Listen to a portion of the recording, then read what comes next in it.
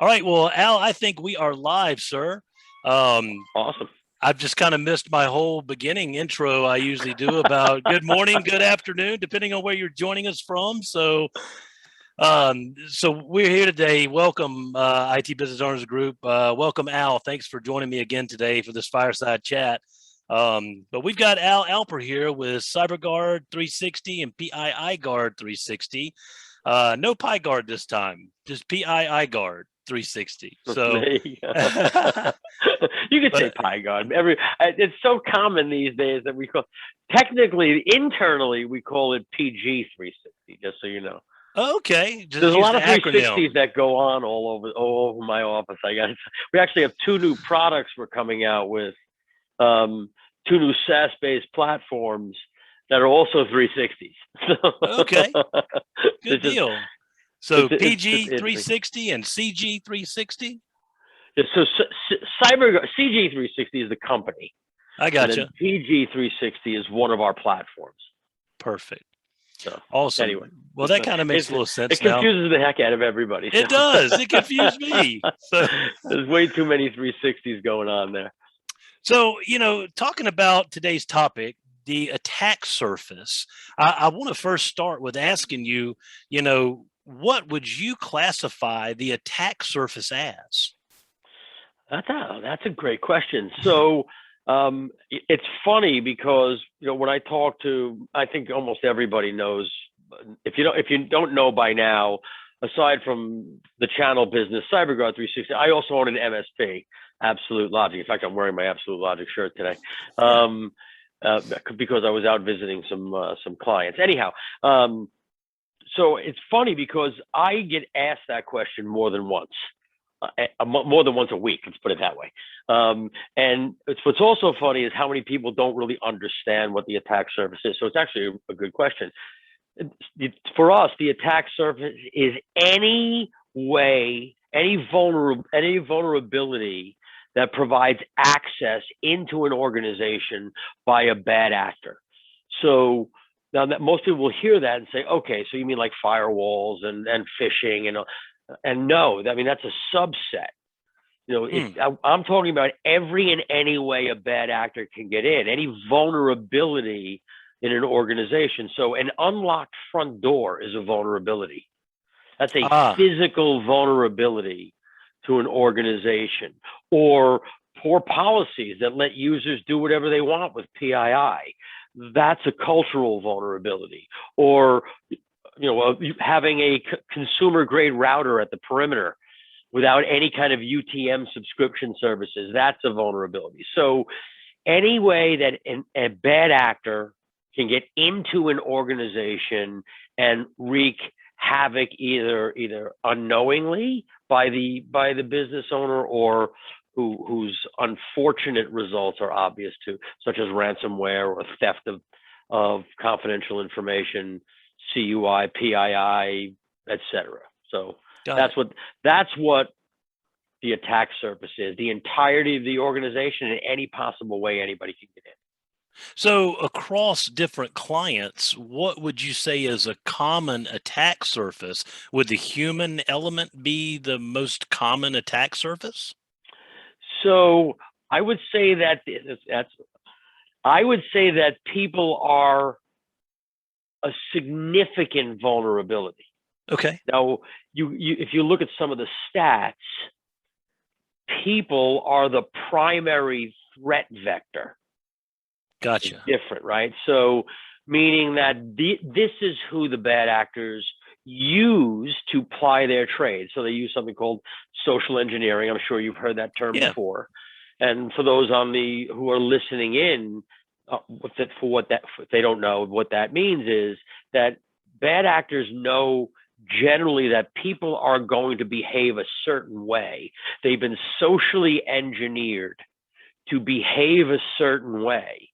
And because they know what to expect from that user based on what they do, they know how to use those known outcomes to use the human, the employee, to get in. So, perfect example, and a funny one that everybody laughs at, but it works. So, and that's why it's even sad, right? Is Nobody I know has a Nigerian uncle.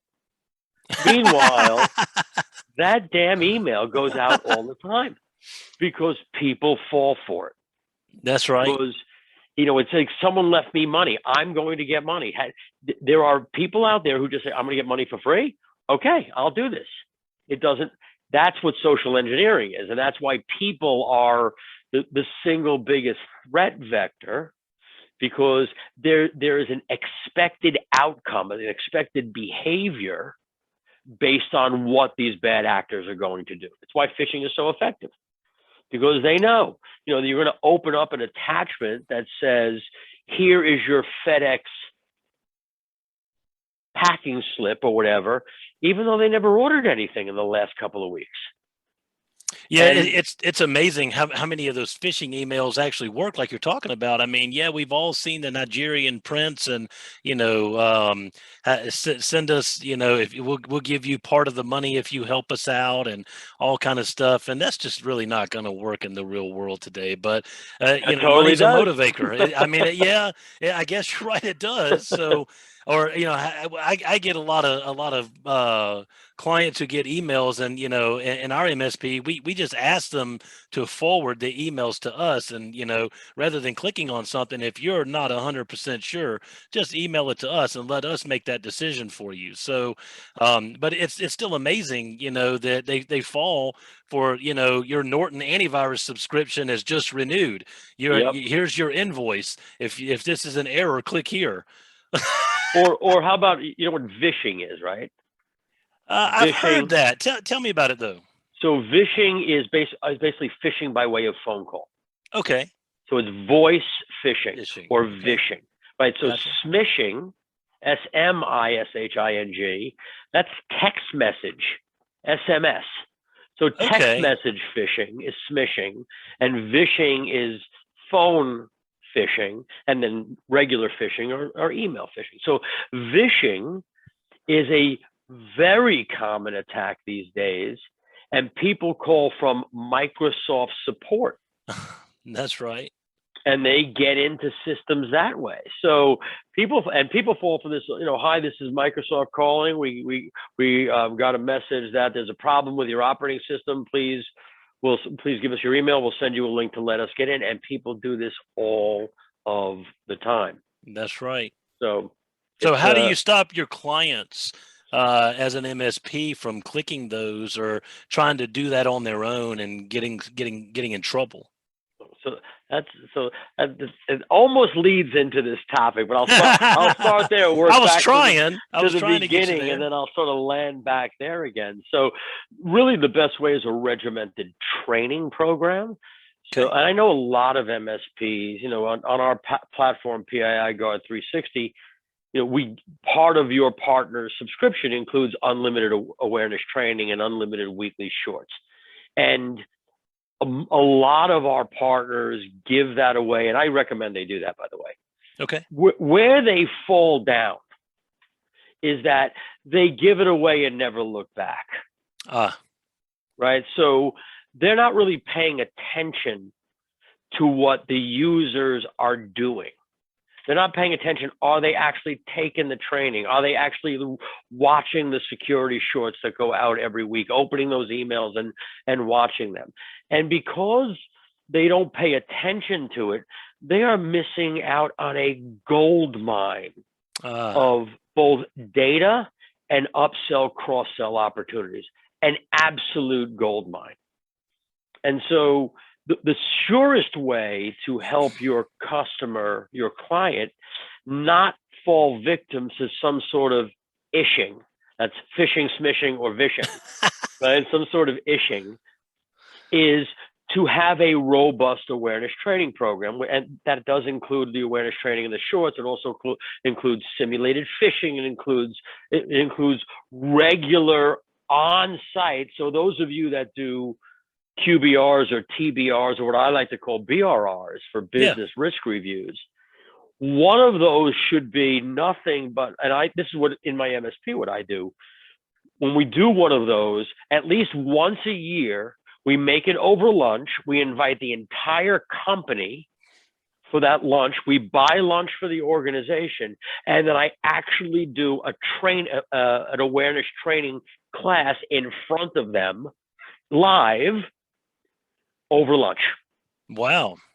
And That's I awesome. preface that the week before with running a simulated phishing campaign against the organization.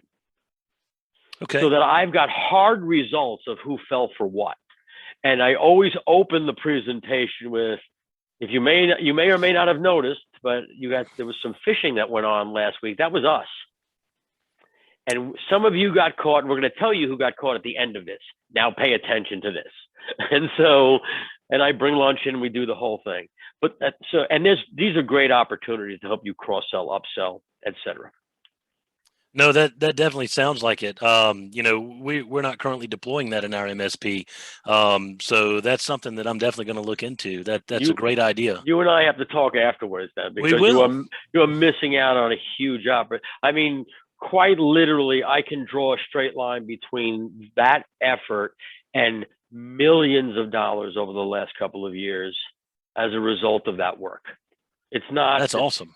And the beauty of that is that that's the kind of sale that has very little labor attached to it. Okay. And so you just reach out to your clients and do this like on a Friday or something when they're less busy. Well, think about it. Do you do any kind of QBR or TBR with your clients? When I can. Okay, so you don't. That's what I just heard you say. A little bit. Right. So let's assume for argument's sake you did one twice. You did for your clients, you do it twice a year. Let's use that as on average, that's what you do. And that's probably close to accurate. One of those, make that an hour and a half instead of an hour-long meeting. Okay. And then the half an hour before the meeting, and I'll just give you the structure that I do. Half an hour before the meeting, sit with the CEO and go over the things that you want to go over. Okay. Where you are, where you're headed, what the refresh cycle looks like, what they should be budgeting for the next quarter, 2 quarters, year, whatever. And then take the rest of that meeting, the next hour, and do that over lunch with the entire company or whoever they can, because sometimes people can't break away for lunch as a company. Sure. And just give an awareness training presentation. What they should be on the lookout for, what the latest threat vectors look like. Just make that part of your TBR process. Okay. And that kind of thing, it's really easy to do. And if for any of our partners, I have hundreds of presentations that I can make available to you. As a matter of fact, I will make available to you. I'll shoot a note over to my admin I'm going to do that right now as I speak. That's awesome. In resources, I will make sure that those TBR presentations that we do, the BRRs that we do, I'll put in the resources section of our platform. So if you're a PIIGuard partner under resources, I'll make sure it's available there. You'll see that. I'll probably name it something like BRR presentations or lunch and learns. Tell me one more time what the acronym BRR stands for you. So we call what we do business risk reviews. Okay. We don't do technology business reviews. We don't do quarterly business reviews. We do business risk reviews. Okay. I named it that about 4 or 5 years ago, give or take an ish. Okay. And that was really because I've read a lot. I do a lot of business reading, and one of the interesting things I came across several years ago is that, aside from all of the other moving parts of an organization that MSPs are involved in, the one single thing that catches the attention of every CEO is risk. Yep. Because every CEO out there knows that they are the one responsible for managing and mitigating the risk of the organization to the organization and its stakeholders. Well, risk is the name of the game. Risk is the name of the game. Yep. And so, because that was such a headline for me, that CEOs thought about risk all of the time and how could they minimize the risk of whatever the risk is to their organization, calling it a business risk review would get the attention of the CEO, and it worked. Yep. Good deal. And so We call it a business risk review. I talk very, very little during those reviews about ticket stats. I talk very little about, I mean, almost, because frankly, the CEO doesn't care. Right. Right. The CEO wants to know, what are you doing for them to help them mitigate risk, and how much is it going to cost them? Yep. And if you can show the risk mitigation significantly, they do not care what it costs them. I mean that they'll pay almost anything to get rid of risk, because ultimately it's risk that'll bring the business to its knees. Whether it's a successful breach that steals all their assets or holds them for ransom, whatever that is, or it's the risk of concentration risk of having all your eggs in one vendor's basket and that vendor goes out of business. Yeah. Right? So those are the kinds of things that keep CEOs up at night. So in my BRRs, I focus on risk. And even when I talk about IT related things, I don't talk about ticket counts. When I talk about refresh rate, I talk about the risk of downtime relative to aging equipment. Okay. Right. And so we need to make sure that we don't have equipment on floor too long. Otherwise, it's going to start to fail, and there's a significant risk of loss of productivity. And these are the terms I talk in, so that CEOs, they're listening to that conversation. Very good. And as I said, one of those a year I do a presentation on what the current threat landscape looks like and how users can help them be more secure. And so obviously you've had some good response from your clients then too. Oh, we've had great response. I mean, as I've said, I can draw a straight line between what we've done in that venue to millions of dollars in revenue over the last several years. So it's been I knock wood. There's no wood back here, but I'm knocking it anyway. Unfortunately, that's my bookkeeper on the other side of the wall. She'll probably come running in any moment now, thinking I wanted to speak to her. Gotcha. Well, getting back to the attack surface. So, okay, awesome. So the attack surface, it obviously has many holes in it. What are some holes that you typically see with other MSPs? So I'll tell you what. I'm going to come back to the title, right, and then because there's a lot of holes in every organization, and including our own. There's no such thing as perfect security. Yeah. And anybody who tells you they can make you perfectly secure, run like hell from that person, because they don't know what they're talking about. So I'm here to tell you there's nothing I can do to make you perfectly secure. It doesn't exist. As a matter of fact, if you looked at so let me just share my screen really quick. I get a lot of slides in this deck, but I'm going to show you a slide that I use all the time. Okay. I love this slide. Bear with me. So where's the screen and screen 2? I'll just show it really quick. So if you see that slide there, do you see that? Yeah. So that is what a complete security stack looks like today. There are over 70 elements to the protective layer of an organization. There's over 70 things in that stack. And that stack could not fully protect an organization. Can't be done. Whew.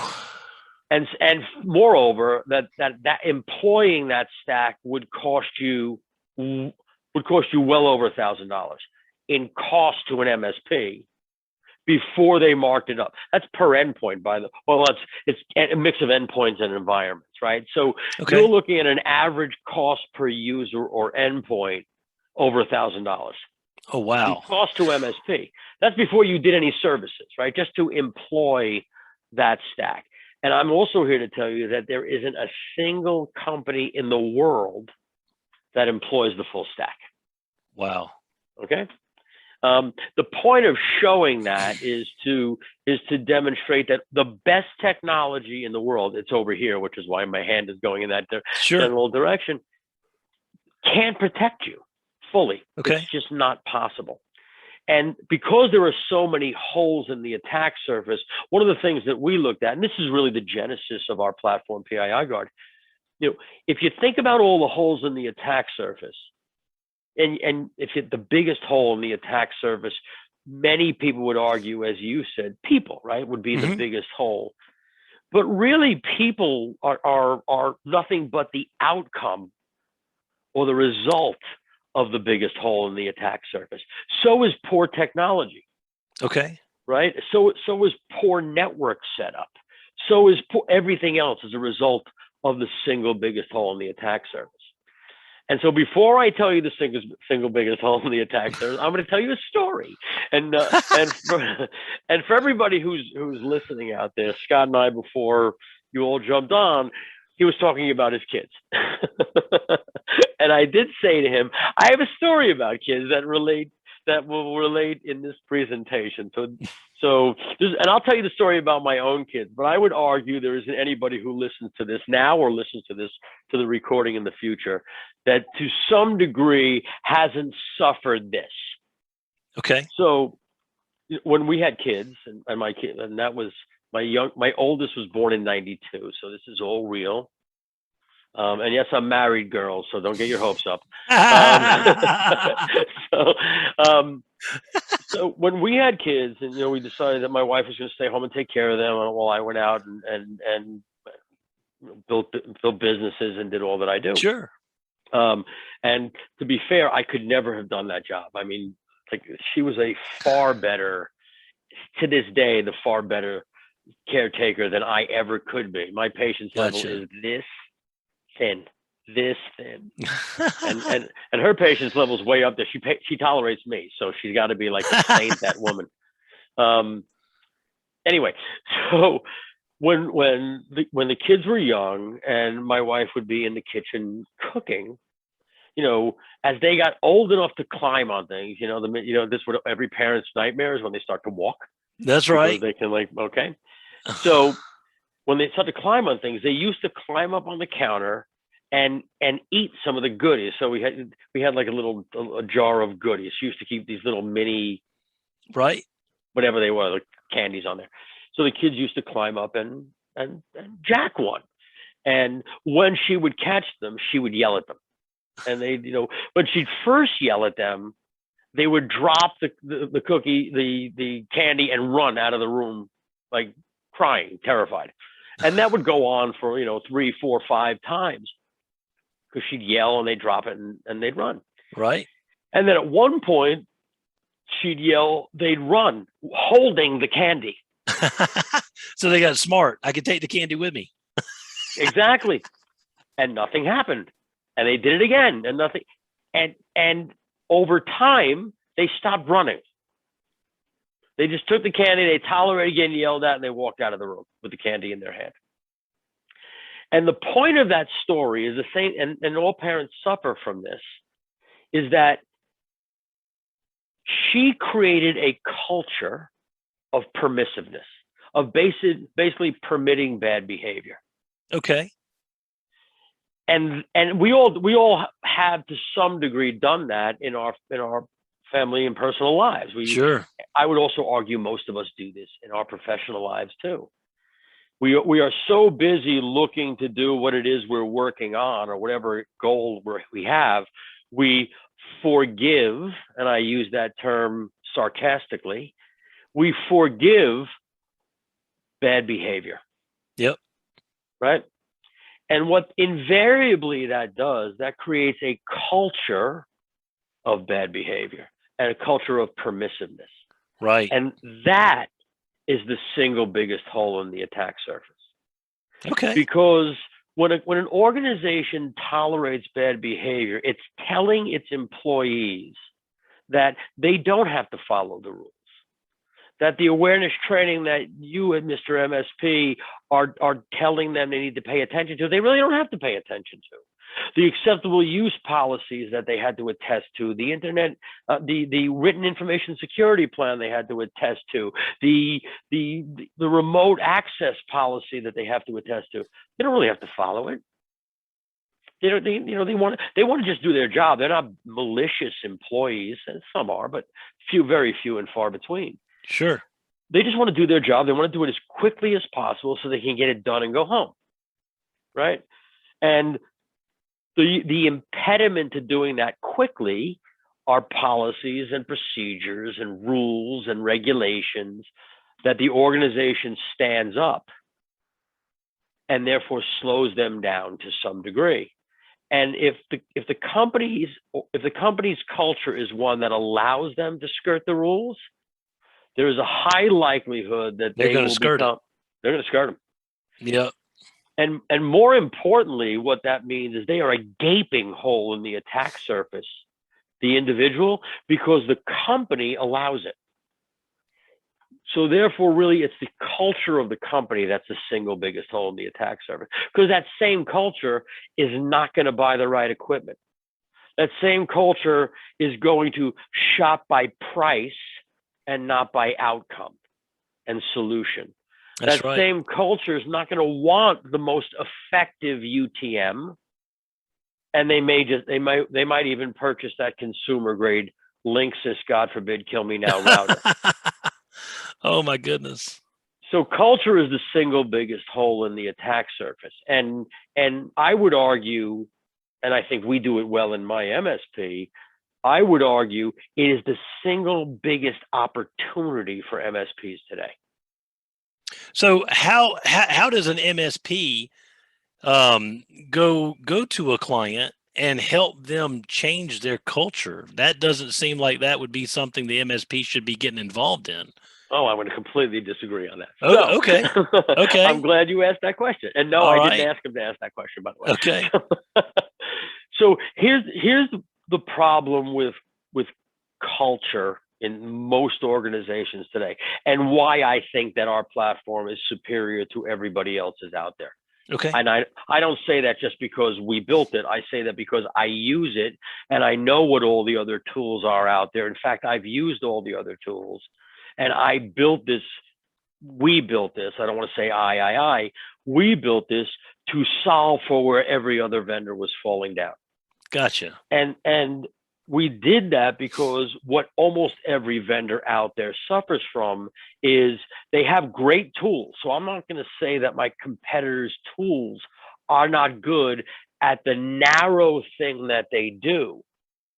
Where they tend to drop the ball and where we shine is in the one area that matters the most for MSPs to be able to change culture. Okay. And there's an old saying that I live by, and I talk about this all the time when I speak to our partners and prospective partners and clients even in the MSP. There's an old saying that says, "Don't expect what you don't inspect." Gotcha. I'm sure you've heard that, right?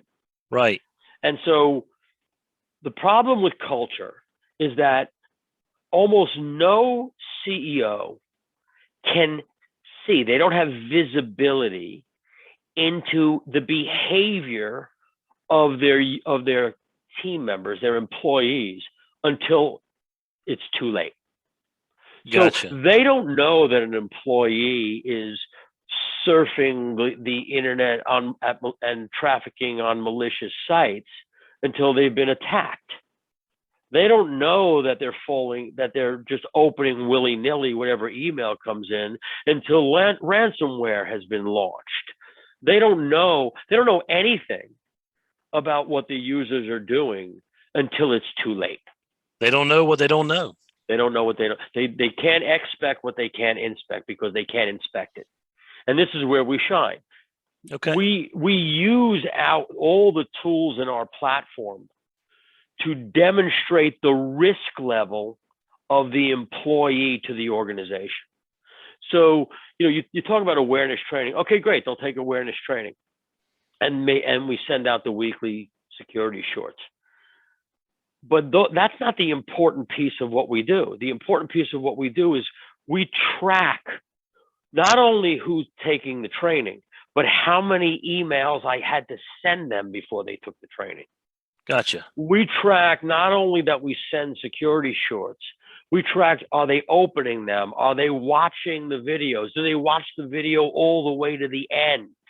Do they do that consistently week after week? Or are they not? And are they getting reminder emails about those? Don't forget to open these. Don't forget to pay attention. So your platform actually has those analytics built in? Built in. And tell me again what a short is. You've referred to that a couple times. So what happens is that you're able to send all of the users on the platform what we call weekly security shorts. So every week we send out these 30 to 90-second video-based emails that that land in everybody's inbox. And they're contemporaneous. So they talk about the latest threat vector. They talk about what to be on the lookout for. We talk about what attackers' behaviors look like, what to be on the lookout for. And as I said, we're contemporaneous. So when the Colonial Pipeline breach happened, the next week we had a security short all about it. Wow. That's awesome. We're very contemporary because we want, actually it was 2 weeks later, my apologies. Because we want, while the headlines are keeping it top of mind, I want to follow on quickly to them. That makes total sense. And because training is like high school calculus. I just assume everybody who's listening to this took high school calculus. I know I did. And I know that when well, okay. Well, I was going to say algebra, but algebra is a little easier. But anyway, so when I took high school calculus, I was an A student. Okay. I couldn't recite a single formula today about calculus, not a single one. And I was an A student, right? And it's gone because I haven't used it as the gray in my beard would to attest to, at least 2 years. I'm just kidding. But I haven't used it since high school. And, you use it or lose it. There's another old saying, and it's absolutely true. And so we not only do the awareness training, which is a course that you take and you get a nice certificate and HR gets notified that you've completed it, but also you get weekly security shorts to keep awareness top of mind. Okay. And that's all included in the partner's fee. So you don't pay extra for any of that. And we do that because it's important for MSPs to monitor the user's behavior and then use that behavior to demonstrate risk, provide visibility to the C-suite so they can inspect and therefore expect. Remember, don't expect what you don't inspect. So if you're not providing visibility, again, this is what we do better than everybody out there, frankly, is that we provide visibility into user behavior that lets the C-suite make better decisions about how their employees need to behave, and then MSPs use that to help them. Okay. So some of our most profitable MSPs leverage the platform's analytics to do that. I'll just share another screen with you for a second. Sure. Don't mind me.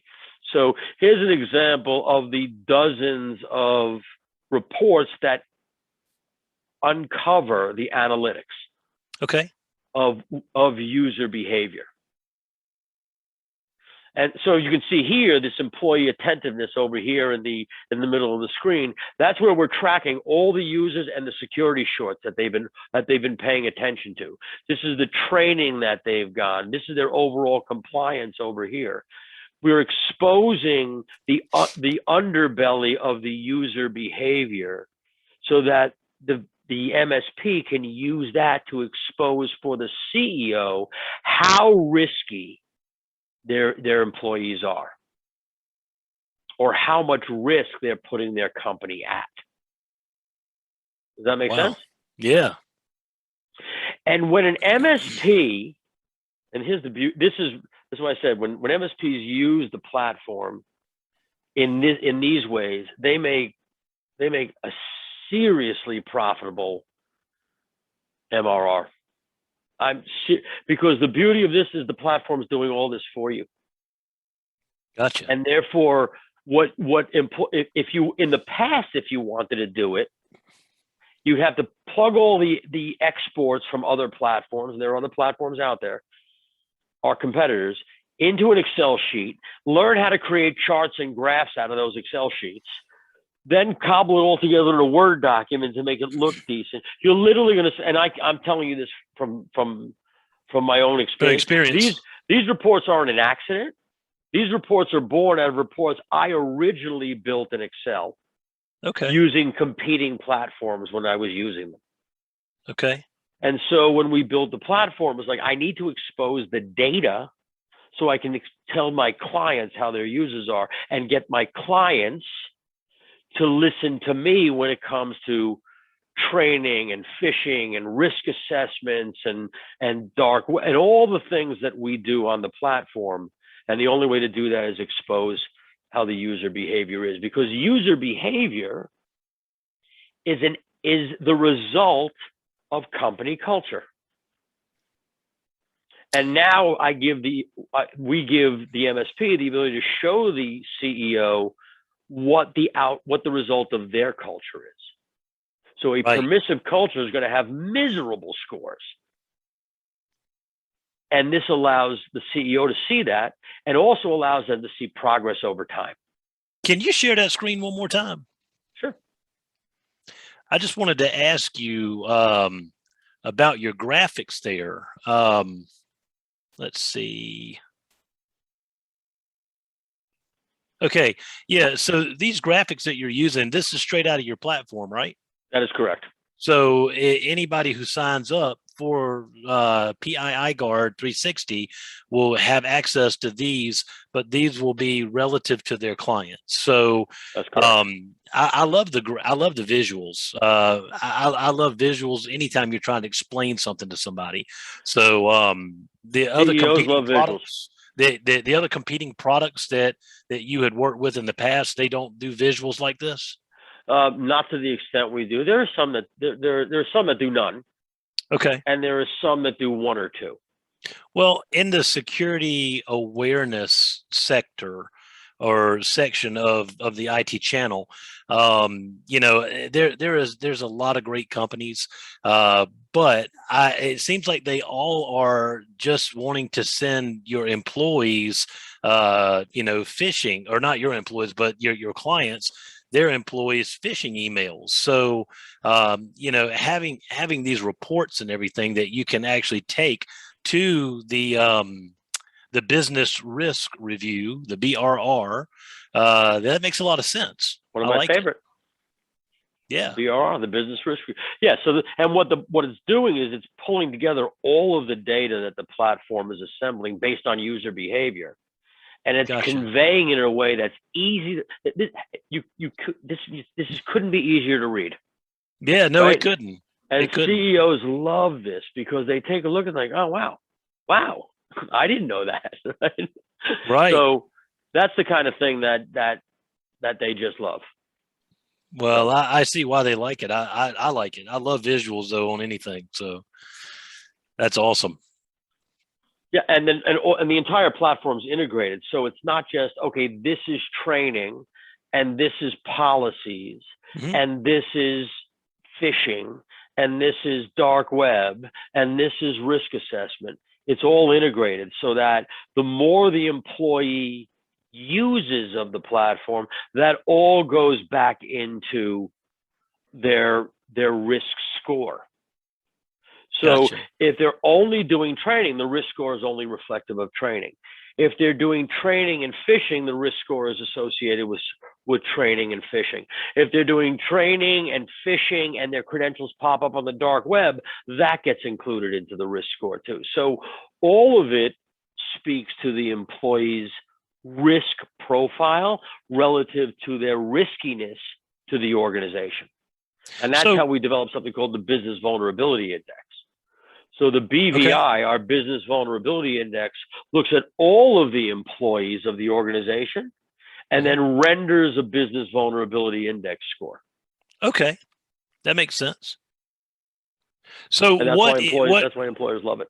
Sorry. When if you were to take just a standard client in a standard industry, and you were to give them the test, where do you think most clients would fall as a standard? If on let's just, I mean, how does your platform grade people? Does it grade them on does it like a typical A, B, C, D, E, F, or So is it how is it graded? great question. So the employees are graded on a FICO-like score, and the reason why we use the FICO-like score is because everybody knows FICO, right? Yep. 300 to 850. Okay. And so when you convey something in a FICO-like score, everybody knows where everybody is without having to explain the chart to everybody. So that's how we do it. Believe it or not, on average, most organizations fall below 600. Wow. Significantly below 600. Time to repossess their computers. Something like that. Something like that. And it's not because they're not well-run organizations. It's because until they've had the opportunity to see, until they've had visibility into user behavior, they don't know what they don't know. That's right. We have noticed, I'll use my own MSP as an example, that our average client who uses our BRR and does something with it goes from under 600 to over 750. And that's the value we're managing it for them. Correct. That's the value we can show. And I would assume, though, how long does it take the average client to make that 150-point jump? So realistically, it's going to take them a good 6 months. Okay. Because it's a growing and learning process. Not only does the MSP have to convince the C-suite, and our reports make that much easier to convince them, right? But then you have to start to show this to the user. So we do. So part of that, again, I consider myself as an example. When we do our monthly reports, we include in that messages to users. Hey, you're still here. You need to get there. There you go. You need to be more careful of this. You need to open more of those emails. And over time, they get better. If they don't, then management gets a report. And because the system's doing all that for me, there's almost no labor on our part to do that. Okay. Well, no, that makes total sense. And it's always changing now. What you might learn today, I'm sure the fundamentals will stay the same, but there's always new attack surfaces and holes popping out. Absolutely. There's no way around that. The key, however, is if you can change the culture. Remember I said the biggest hole in the attack surface? Yeah, the culture. Is culture. If you can give your client visibility into the culture of their organization vis-a-vis the platform and the reports, they will tend toward more security as a function of just having the visibility. So in essence, because at first I was like, well, wait a minute, we're telling our clients, that Joe employee over here, the culture, he doesn't want to do what's necessary or needs to be done. So I guess where that comes in is that you are bringing it to the CEO's attention in those BRR reports, and at that point, the CEO is looking at the nice graph and says, "Wow, we got to fix that. That's too much red." Right. Exactly. Okay. When they see in a visual way what their employees are how their employees are behaving and what their employees are doing, they can now do something about that. That makes total sense. So it empowers the CEO to want to do something versus because it's not going to be on the CEO's radar otherwise. Correct. How would they know? Gotcha. Yeah. How would they know? They don't know. They don't know. That's right. And frankly, and I challenge any MSP who listens to this, you don't know. Because unless you're literally monitoring with your RMM what users are doing, which I don't know anybody who's got that kind of a monitor set on in their RMM, Unless you're monitoring what they're doing, how do you know what the employees are doing? That's right. Frankly, it's not what they're paying you for, by the way. So I'm not saying that's a good or a bad thing. You're not getting paid to monitor what employees are doing, unless they're telling you to monitor what websites they traffic. But they're not paying you to monitor their users. They're paying you to maintain their environment and secure their environment. This is how you secure their environment. Let PIIGuard monitor the user behavior and generate the graphics to show the CEO, listen, this is what your people are doing. And we need to fix that. Absolutely. Well, how many clients how many MSPs does PIIGaurd360 have on the signed up for the platform? So we don't talk about our partners, but we are we are in the top 3. I'll just put it that way. That's great. That's great. Okay. So, and how old is PIIGaurd360? So we are 2 years last month. Okay. So we launched 6 months before the pandemic. Okay. And then the pandemic. And now we're out of the pandemic. Well, we're kind of out of it. I don't know. I think we're redemicing now. I don't know. Yeah. The whole variant. God only knows what's happening. Better knock on wood. Yeah, exactly. So, well, did COVID help the acceleration of PIIGaurd360, or did it kind of hinder the growth, you think? So I'm comparing this year to last year, since our first 6 months compared to now isn't really a good measure, right? Because the first 6 months, then we went into a year of, oh my God, we're all locked down, and everybody and their mother every MSP was swamped. Yep. Right? Just moving their people from point A, working in the office, to point B, working from home. And just getting something from the supply chain as simple as firewalls to facilitate an SSL VPN became next to impossible by May of last year. So we had a lot of distractions that went on last year. So I look at this second half of this year will be a good measure against that other half. Right now we're on a terrific clip. So comparing it to COVID, we're way ahead of the curve now.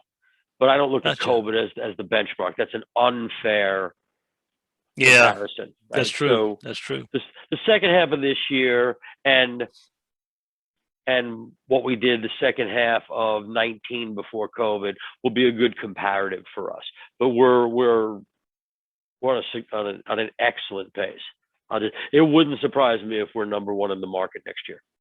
Well, that's excellent. One of our, as I say this to everybody, we've got 3 no's that anybody in my company is allowed to say. Only 3. Okay. No contracts, no minimums, no kidding. That's it. Right? I love it. So when you look at our competition, who require you to buy a certain amount or require you to have a certain block or have a certain term to your relationship with them, we're month to month. You pay for what you use. You don't use it, you don't pay for it. As an MSP, I always hated contracts. As an MSP, I always hated having to buy a bunch of things and then worry about how I was going to sell it. So I brought this to market with the same philosophy in mind. Well, we want to be the most MSP-friendly company in the business with the most MSP-friendly platforms in the business. And so because of that, we're no contracts, no minimums, and no kidding. So, using dark web monitoring as an example, you monitor a domain, you pay for a domain. You monitor 3 domains, you pay for 3 domains. You monitor 20 domains, you pay for 20. You go back to 1, you pay for 1. So I'm not a big believer in as I said, no minimum. So what I use is what I want to pay for. So what about an MSP who is interested in signing up for the service, but wants to kind of eat their own dog food, so to speak, and learn the system and platform prior? Do you have kind of like an NFR program available? So we do have a $1 kick the tires for 30 days. So you can try before you buy for $1. And then, the purpose of the $1 isn't to collect $1, because It's a Especially dollar. today's economy, it's not even a dollar anymore. It used to be a Right. dollar until inflation, right? It's really that if somebody even just has to spend the moment and put their credit card out there, then they're a little more serious than the drive-bys, right? So that's Gotcha. really what the purpose of that is to sort of cut down on some of the noise. And you try it for 90 days. When you first sign up, you're going to get an onboarding call. That's a live call with one of our account managers. It's a 30-minute call that you're going to book. You get a bunch of emails when you first sign up. One of them is to book this onboarding call, Okay. where they'll walk you through the entirety of the platform, how to use it, where to find everything, how to set up you're in complete control of your clients. Okay. So you add them, you turn on the features you want to turn on for them. You get everything done from soup to nuts. We're white labeled end to end, meaning the platform is white labeled for the partner. So it's your logo. Everything that gets sent out of the platform gets sent out in the partner's name. Okay. So using your MSP Affordable as an example, every one of your clients, anything that comes out of that platform would come from Affordable, not from nice. us. And then, but you can also white label it down to the client, meaning that the client's portal, because the client has a login, their portal would have their logo on it, and then you could decide whether you want their users to get the communications from you, the MSP, or from them, the client. And the reason we do that is because we found that employees, by more than 80% increase, open emails when they think it's coming from the company than from the MSP. So you're just attaching the company logo to it. Attach the company logo, that's exactly to it. So they think it's coming from the company. So that's a significantly higher open rate as a result of that. And the MSP has full control over that. Beautiful. Also, when they sign up, they get some prospecting tools like dark web search. We integrate with Infusionsoft, so you can use your CRM to run dark web search campaigns. We have our own cyber assessment tool for prospecting that you can use as well. And we are releasing a new prospecting tool in the next month or so. So just and that's a secret, but it's going to be really good. I'm really excited about that.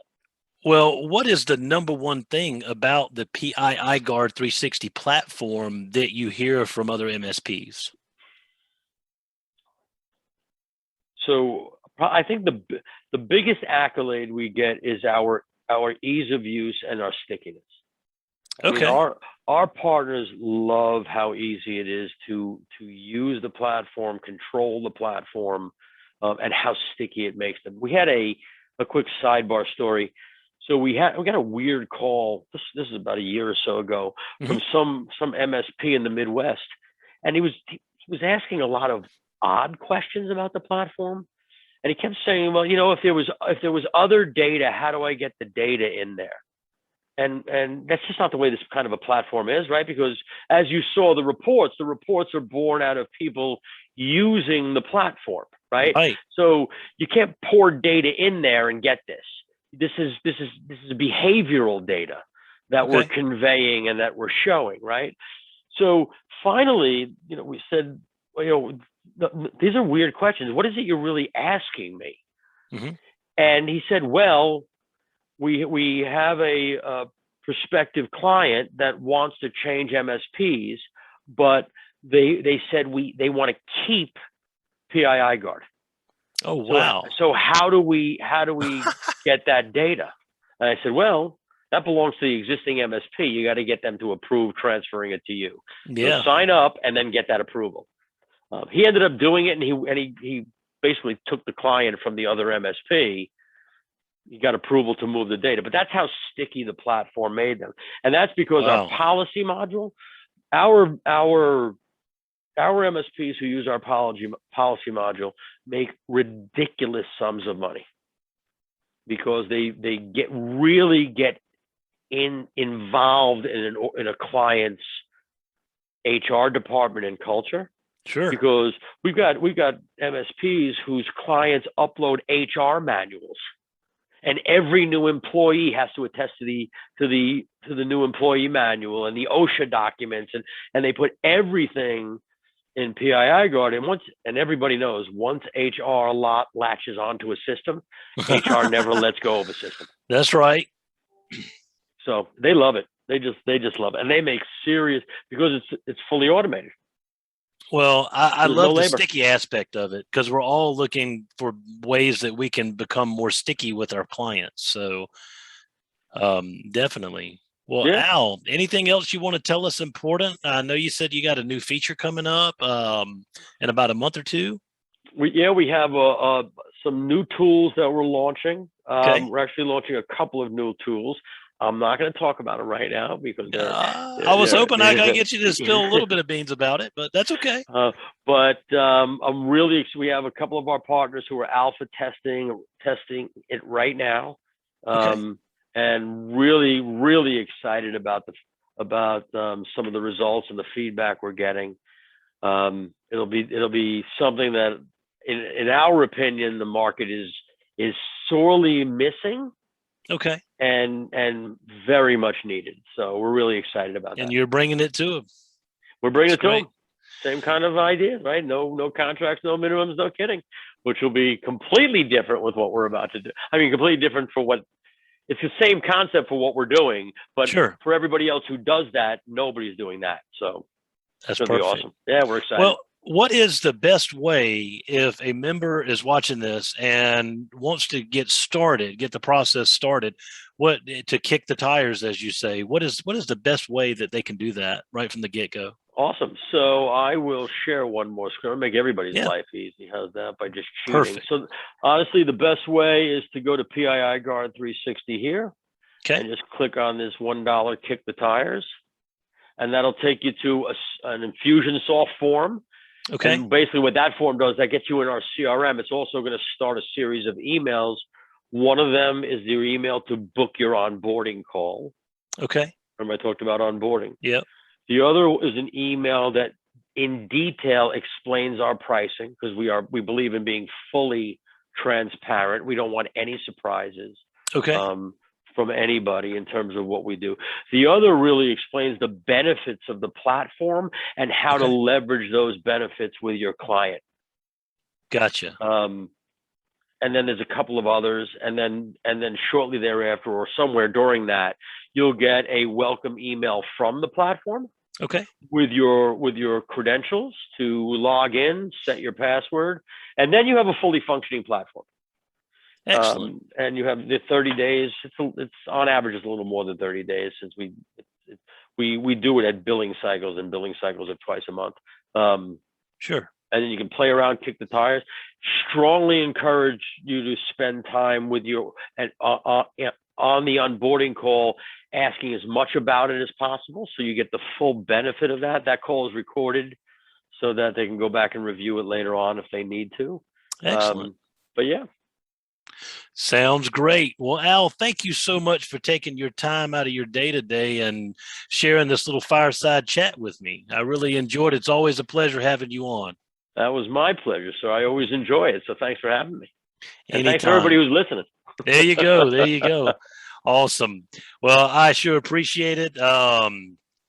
And so, well, I do have to tell you, you have somebody already in the comments that says, "Come on, Al, what's the Pythagorean theorem?" It's a secret. There you go. A secret. Be very, very quiet. I'm hunting rabbit. There you go. I love it. Perfect. Awesome. Al, have a great day. I appreciate it. You as well, sir. Thanks, everybody. Have a good one.